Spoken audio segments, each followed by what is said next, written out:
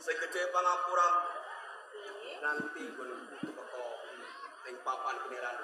Wonten menapa, Den? Ngerti dhewe yen aku iki putra ana ing Pajajaran. Akeh gawean kang bisa tak rampung. Nanging ora usah kuwatir. Aku teko ana ing papan kene mergo aku tresna lawan kowe. Nggih menika ingkang kula antu-antu lho, Den Mas. Benjang menapa saged kelampan, kula saged caket kalih panjenengan. Saya kula saged andhong katresnan kalih panjenengan, Den.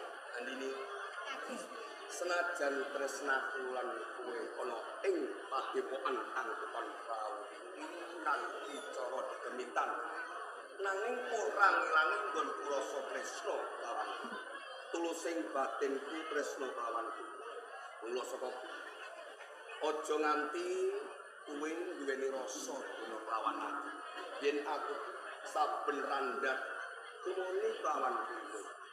Boten, Den. Ingaten lho, Den. Pian. Rumaos kapujian sanget kan diri kula. Kula nggih namung bocah saking desa.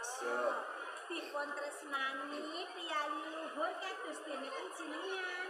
Nek panjenengan nggih janji kalih kula lho, Den. Pian. Panjenengan niku ampun ngangge dolanan katresnan kula. Senajan kowe kawadon saka desa, aku saka kutha. Jeneng tresna kuwi ora mawas bondo donya pangkat derajat. Iki ora. Boten. Nanging kabeh mau ati kang dadi pawitane rasa kuwi. Ini aku ora bakal nganggo dolanan lawan.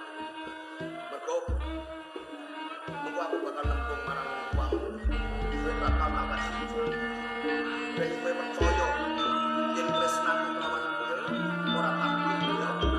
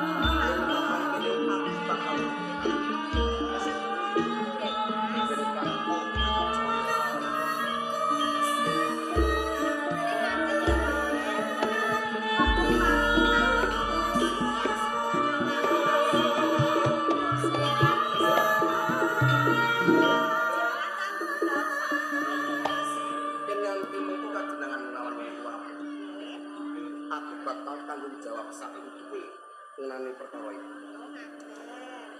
Memanesmu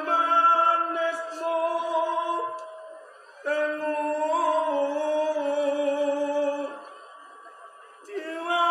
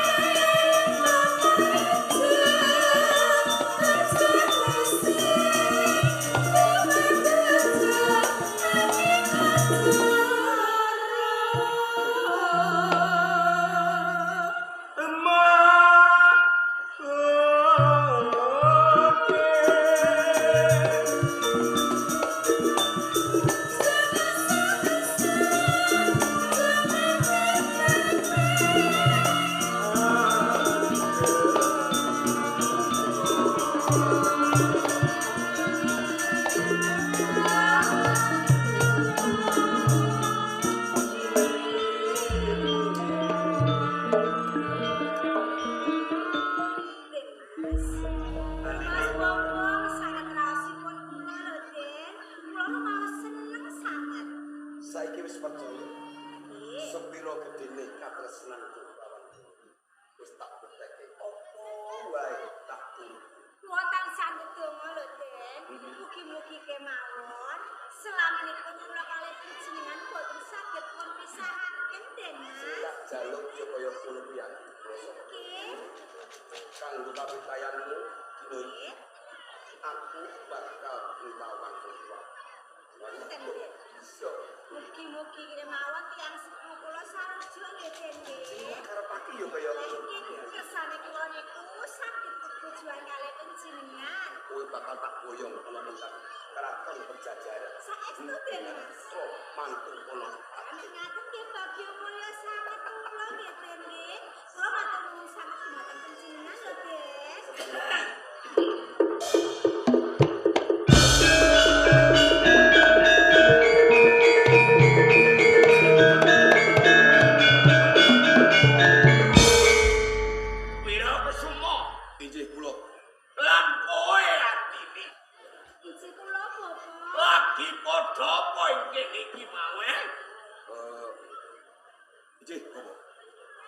Kula badhe bloko dumateng panjenengan. Kula kalian Andini nembe kemawon andung katresnan. Kowe lan Andini padha sambung tresna.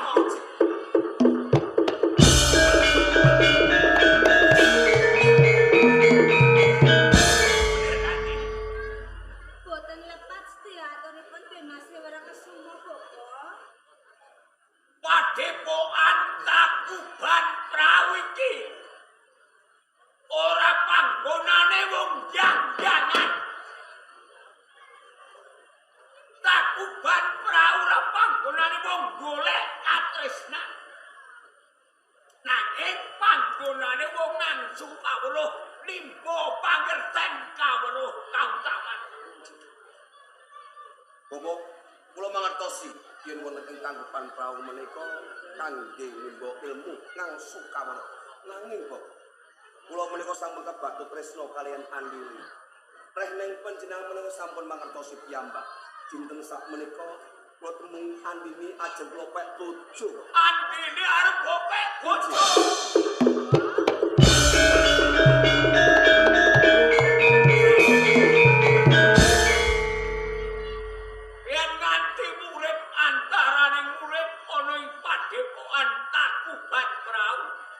Senajan andine iki anakku nek tak anggap murid.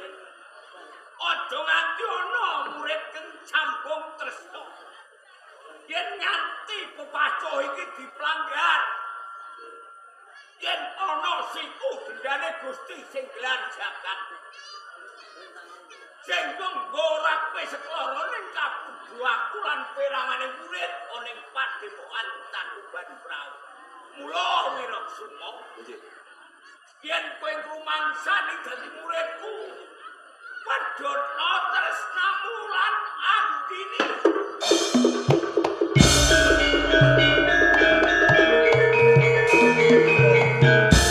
Panjenengan menika ngertos piyambak, kula menika sinten? Kula menika putra patih wonten ing kraton Pajajaran. Iya, Kula menika kedah pisah tresnani kalian andini boten. Awit kula menika sampun tresna kalian andini. Boten badhe kula pedhotake katresnan kula kalian andini. yen kowe ora bisa pisah tresnanmu lan andini, wiwit dina iki Tangkuban Prau lan bumi secengan kanggo kowe minggat Wiraksuma.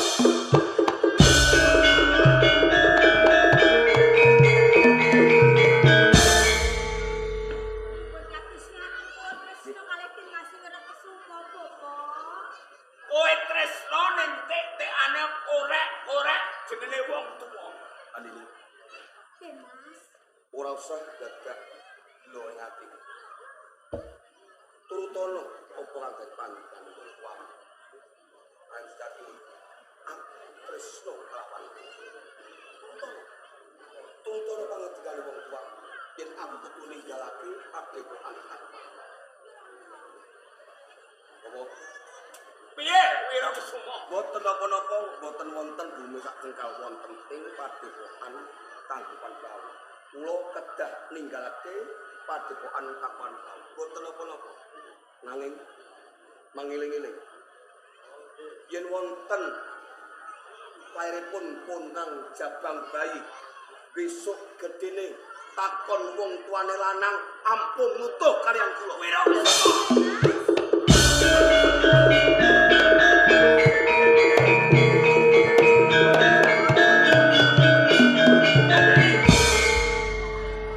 Tembunge Wiraksuma sadurunge ninggalake Tangkuban Prau.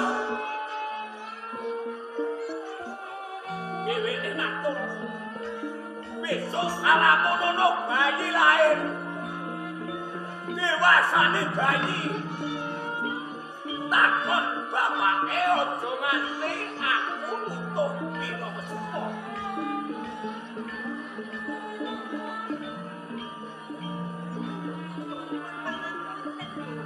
Perkara apa?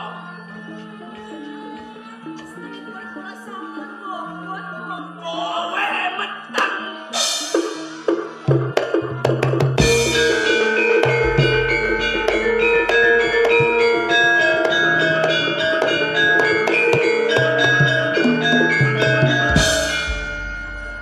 Kowe iki cawe dok capopan iki.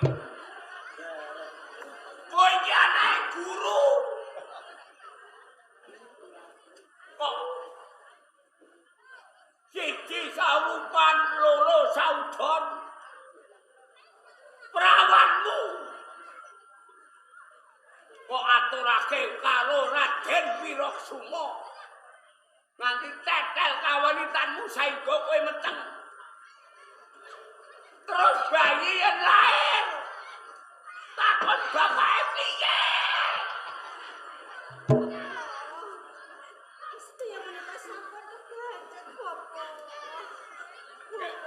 Kene ora usah mbok pikir. Bayi sing ning jero kandunganmu dilangke. Mudah dijemberi mengkone. Wah, anak-anakmu selingkuh ora iso dijakeni. Gedene anakmu besok ora urung wani karo wong tuwa. Kamu kula mboten saged pisah kanthi Mas Wiraksuma, Bapak. Kepareng mboten kepareng, Kula badhe sumusul den Mas Ewara kesuma nyuwun pamit. Aja atine. Atine.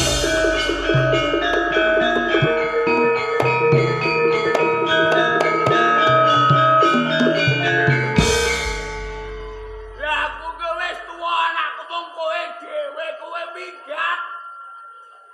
Terus sing ngopeni aku sapa andini? Wah kapiran kapiro niki. Kebo sapiran nuntun gogora matur. Piye nek ana kedadian ngene iki piye? Anita wedok saiki gampang digodhog karo calanan sing ora tanggung jawab ya. Upama kowe tumindak kaya ngono ana dosa lan neraka sanggaren dhewe andine.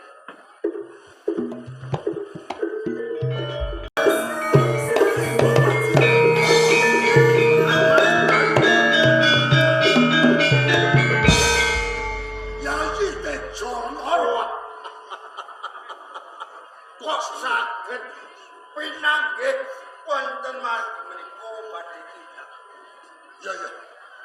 Nganti pun kakang nganti beranganing prajurit pirang-pirang bekoto kang ditindhi kelawan Kiyoko Patih Linggawati pun kakang keping tumuju ning kraton Pejajaran.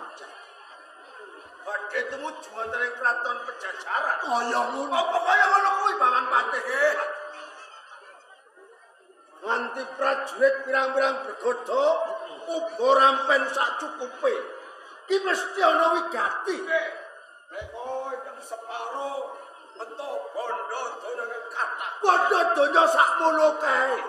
Kok usung nang Pejajaran iki badhe damel napa? Sadurunge sliramu yo nganti peranganing prajurit. Iki gak arep nyangdi njolana wigati apa? Kula ugi nganti Raden Patih lan sedaya prajurit ya uga rampen bondo donya saking Majalengka Klebeta. Leres. Sedanen ugi badhe tumuju wonten ing Pejajaran. Iya. Saiki yen ngono becik pun Kakang Walaka wae penapan. Tenane ana gandhek sakembaran, ana kembang mayang. Iki aku arep nglamar ana ing Pejajaran. Ngersake garwa Prameswari kaya ngono. Kapara kleresan sadungkapan malih kula gadah kandhang awet. Lajeng sinten ingkang putusan? Di ora ana loro telu wanita sing bakal tak kersakake tak pundhut garwa. Ora ana liya Dewi Sekarwangi putri yang Pejajaran. Putri Sekarwangi.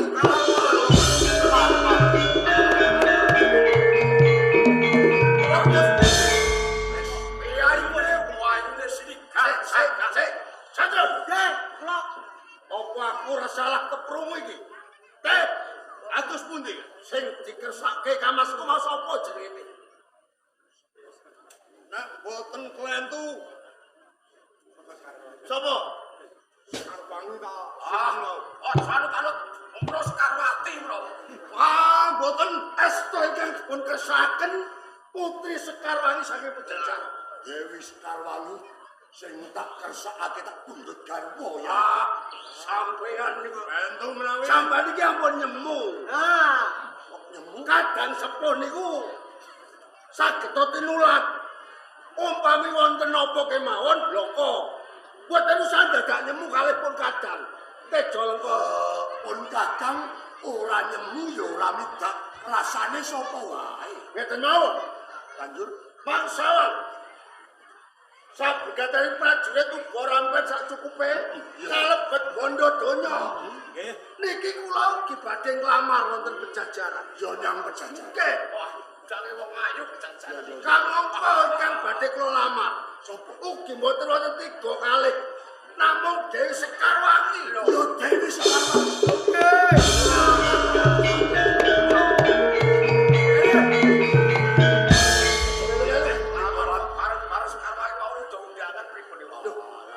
Iki nyata teh. Cek di pripun? mung sak godhong kilo. Wanita akeh sing ayu endah Sulistya ing warna. Sak liyane Dewi Sekarwangi. Mongko pun kakang iki kadang kapernah sepuh. Kula saiki ngene wae. Api-api anaten pun kakang ngersakake Dewi Sekarwangi sliramu liyane. Cerpen sedang ngendikanipun Kang Mas Dipati menika kadang sepuh. Kedahipun Lenggana dhateng Kang Aris. Para ngalah sepuh. Iki lho kadangku nom den lagi. Nek ngoten malah leres niku. Aku iki wis tuwa. Kasihan ora payu omah-omah ora payu. Ampun Bagus. Gantose Sekarwangi kathah kula padoske. Pripun? Ampun dipadoske. Padoske karang kawis kathah. Ora bisa. Yun. Aku ngakoni kowe iki kadangku. Yen tresna karo kadangmu sepuh, kowe ngalah. Mboten nanging yen kowe mbacut kapeksa aku tegel karo kowe. Ngenani napa kemawon kula purun ngalah. Ngenani katresnan kula boten badhe. Nggih, leres.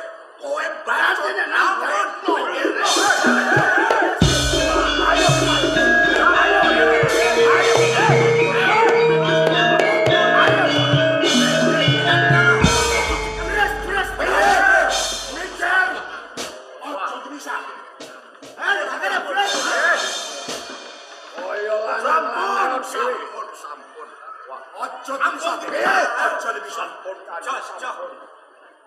Panjenengan kekalih menika kalebet pengayoman wonten ing Kadipaten Purbalingga lan Majalengka.